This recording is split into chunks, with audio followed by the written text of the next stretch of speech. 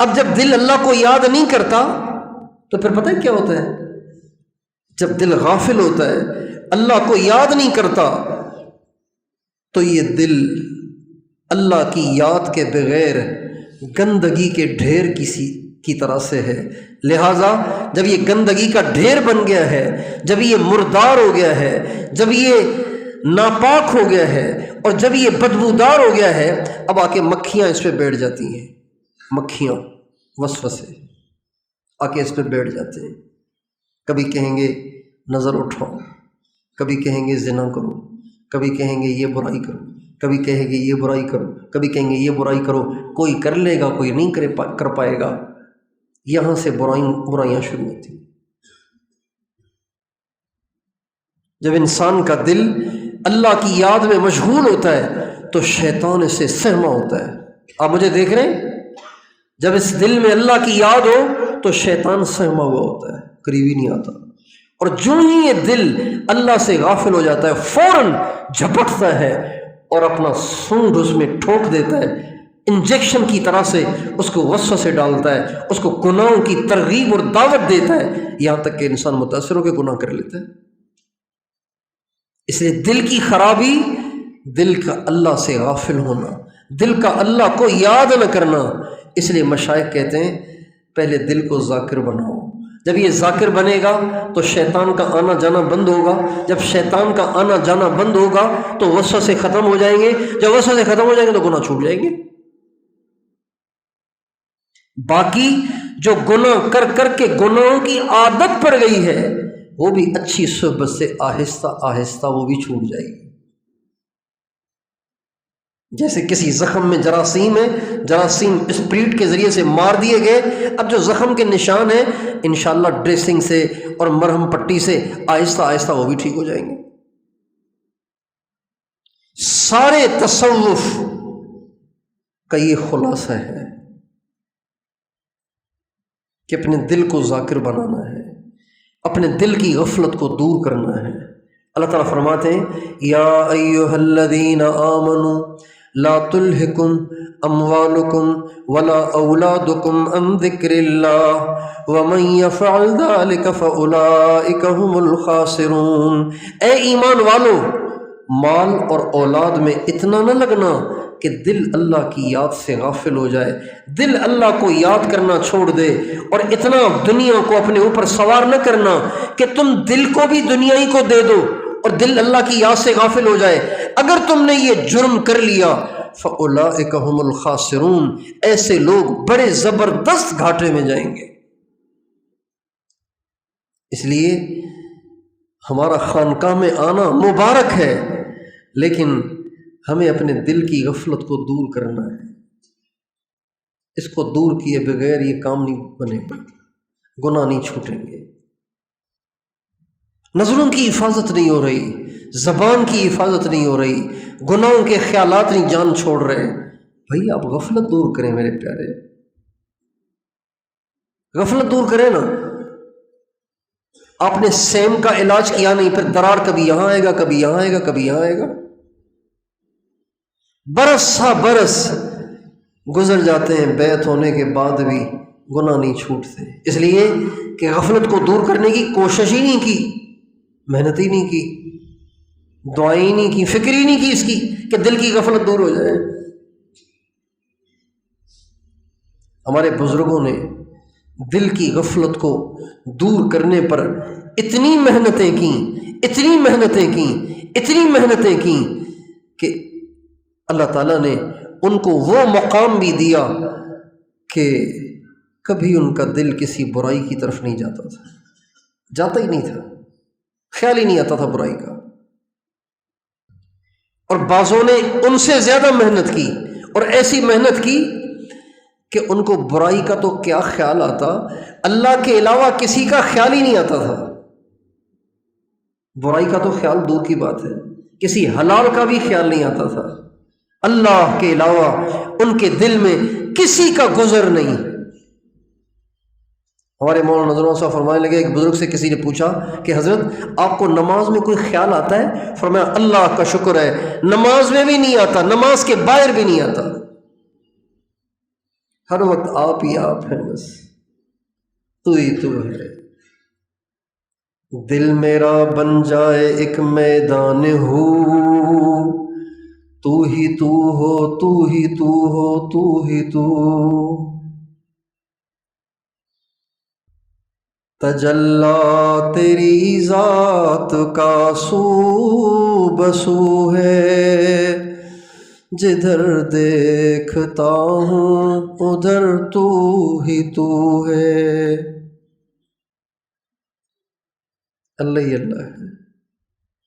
بعضوں نے ایسی محنت کی کہ گناہ کا خیال چھوٹ گیا، بعضوں نے ایسی محنت کی کہ اللہ کے علاوہ کسی حلال کا خیال بھی نہیں رہا، اور بعض ہمارے بزرگوں نے ان سے بھی زیادہ محنت کی، ایسی محنت کی، ایسی محنت کی، ایسی محنت کی کہ فرمانے لگے اگر 1000 برس بھی میری زندگی ہو، 1000 برس بھی زندگی ہو، اور میں پورے 1000 برس اس بات کی کوشش کروں کہ میرا دھیان کسی اور کی طرف جائے، تب بھی میرا دھیان کسی اور کی طرف نہیں جائے گا۔ اگر کوئی 1000 برس کوشش کرے کہ آنکھوں سے نہیں ہاتھوں سے اسے نظر آئے، نظر آئے گا؟ بولیے۔ 1 کروڑ سال بھی کوئی محنت کرے کہ مجھے ہاتھوں سے نظر آئے، آنکھوں سے نہیں ہاتھوں سے نظر آئے، کیسے نظر آئے گا؟ اگر کوئی 1000 برس محنت کرے کہ میں لقمہ ناک میں ڈالوں اور ناک اس کو چبائے، ہو سکتا ہے؟ تو فرمانے لگے امام ربانی مجدد الف ثانی رحمۃ اللہ علیہ اپنے بارے میں فرماتے ہیں بعض بندے ایسے ہیں 1000 برس بھی ان کی زندگی ہو اور وہ 1000 برس کوشش کریں کہ ان کا دھیان پلک جھپک کے برابر اللہ سے ہٹے، وہ اللہ سے اپنا دھیان نہیں ہٹا سکتے۔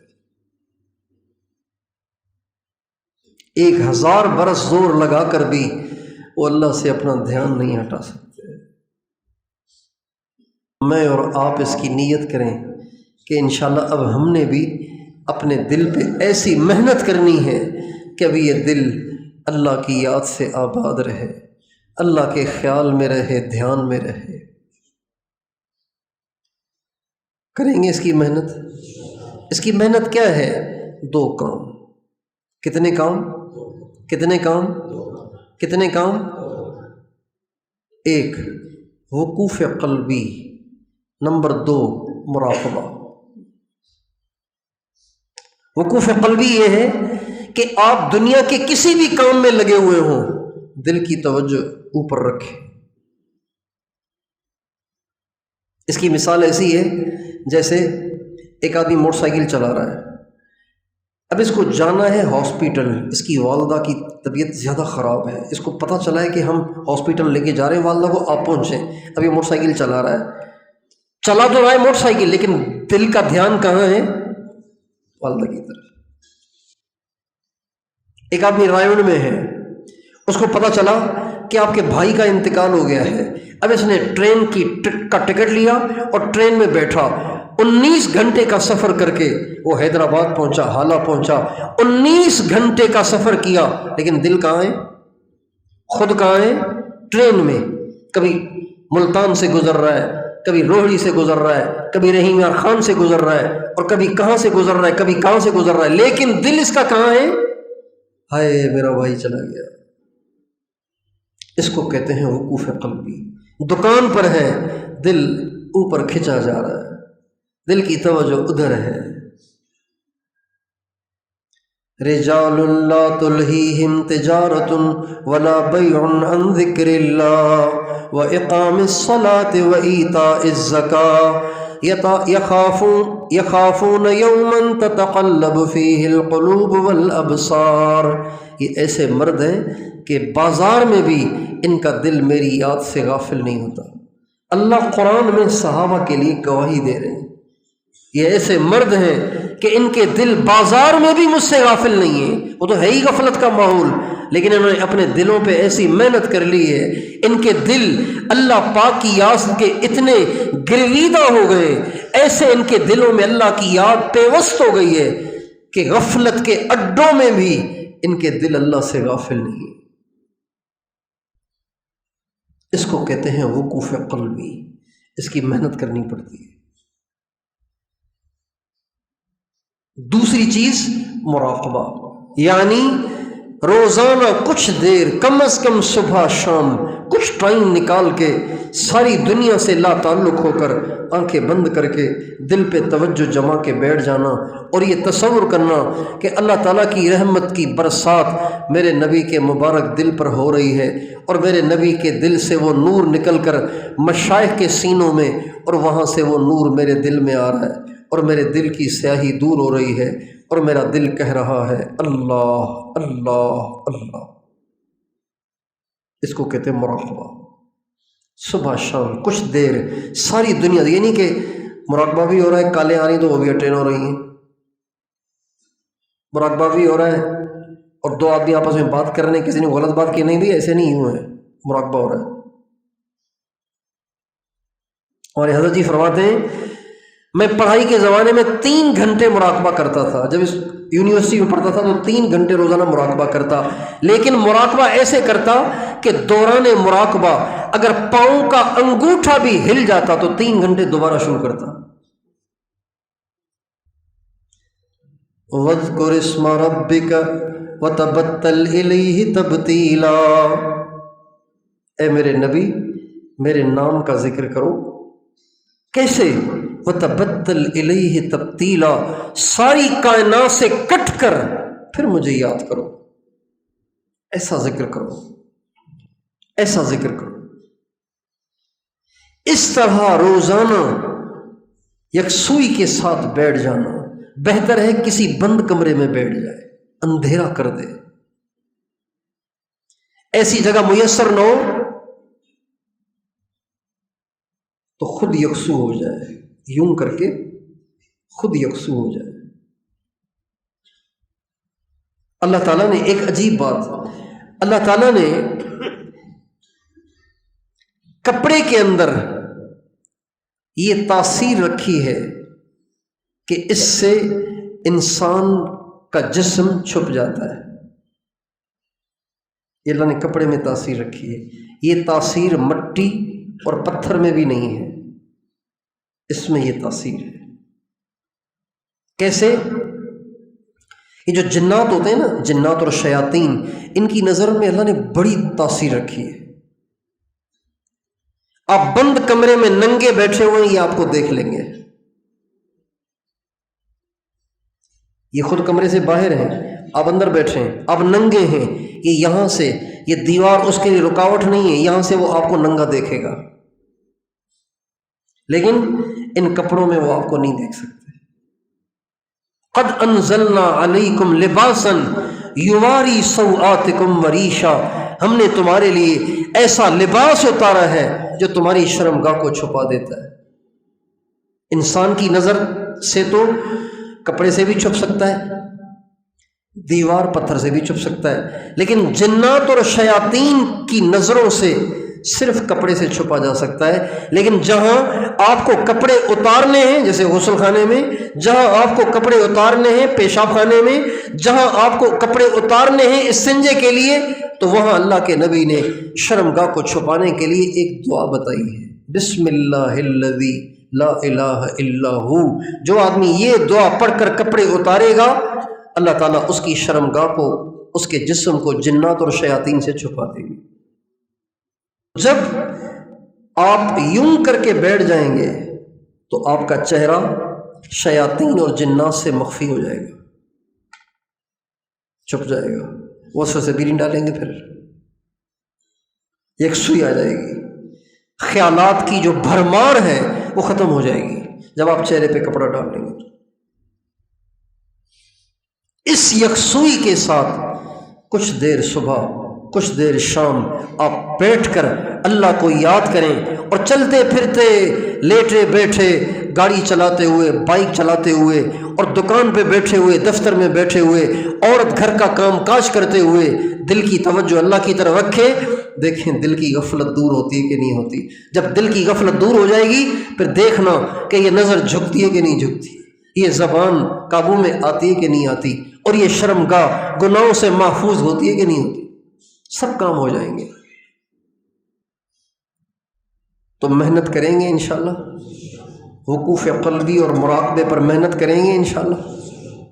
میری دعا ہے اللہ تعالیٰ آپ سب کو اور آپ کے طفیل مجھ گناہ گار کو اپنی ہر وقت کی یاد عطا فرما دے۔ کسی وقت ہم اللہ سے غافل نہ ہوں، اور جب یہ کیفیت پیدا ہوگی تو پھر آپ سکون کا اصل مزہ دیکھیں گے۔ سکون سکون سکون ابھی صرف ہم نے سنا ہے، سین کاف واو اور نون، سکون ہم نے دیکھا ہی نہیں۔ سکون اس دن محسوس کریں گے جس دن دل اللہ کی یاد سے آباد ہوگا، اور پھر قرآن مجید کی آیت سمجھ میں آئے گی، الا بذکر اللہ تطمئن القلوب۔ سنو اے دنیا بھر کے انسانوں، دلوں کا سکون صرف اور صرف اللہ کو یاد کرنے میں ہے۔ جس کسی اپنی خرابی کی پریشانی ہے، اس کی غفلت کو دور کرے، اس کی توجہ زیادہ سے زیادہ اوپر کی طرف رکھنے کی کوشش کرے، پھر دیکھیں ساری خرابیاں ختم ہوتی ہیں کہ نہیں ہوتی۔ یاد میں تیری سب کو بھلا دوں، کوئی نہ مجھ کو یاد رہے، یاد میں تیری سب کو بھلا دوں، کوئی نہ مجھ کو یاد رہے، تجھ پہ سب گھر بار لٹا دوں، خانہ دل آباد رہے، تجھ پہ سب گھر بار لٹا دوں، خانہ دل آباد رہے، نظروں سے اپنی سب کو گرا دوں، تجھ سے فقط فریاد رہے، ہر دم ذکر و فکر میں تیرے مست رہوں، سرشار رہوں، ہر دم ذکر و فکر میں تیرے مست رہوں، سرشار رہوں، ہوش رہے نہ مجھ کو کسی کا تیرا مگر ہوشیار رہوں۔ اللہ تعالی ہمیں غفلت سے نجات دے دے۔ اگر ہمیں اس بیماری کی حقیقت معلوم ہو جائے نا، سچ پوچھیں، ہم دکانیں بند کر کے ملازمتوں سے ریزائن دے کر ہم اپنے دل کی اس بیماری کو دور کرنے کے لیے خانقاہوں میں آ کے پڑ جائیں، اگر ہمیں اس کا احساس ہو جائے۔ اتنی بڑی بیماری ہے یہ، دل کا اللہ کو یاد نہ کرنا، دل کا اللہ کو بھول جانا، اتنی بڑی بیماری ہے۔ مرنے سے پہلے اللہ تعالی ہمیں اس مرض سے نجات عطا فرمائے۔ اگر یہ مرنے سے پہلے دور نہ ہوا تو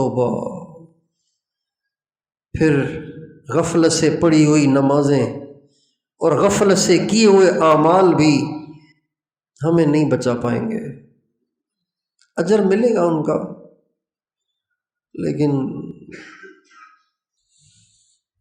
غافل دل والا ضرور گناہ کرتا ہے۔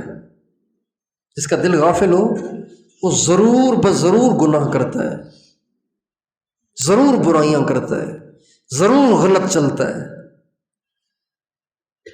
اور جس کا دل ذاکر ہو جائے، اللہ کی یاد سے آباد ہو جائے، تو اس سے گناہ چھوٹ جاتے ہیں۔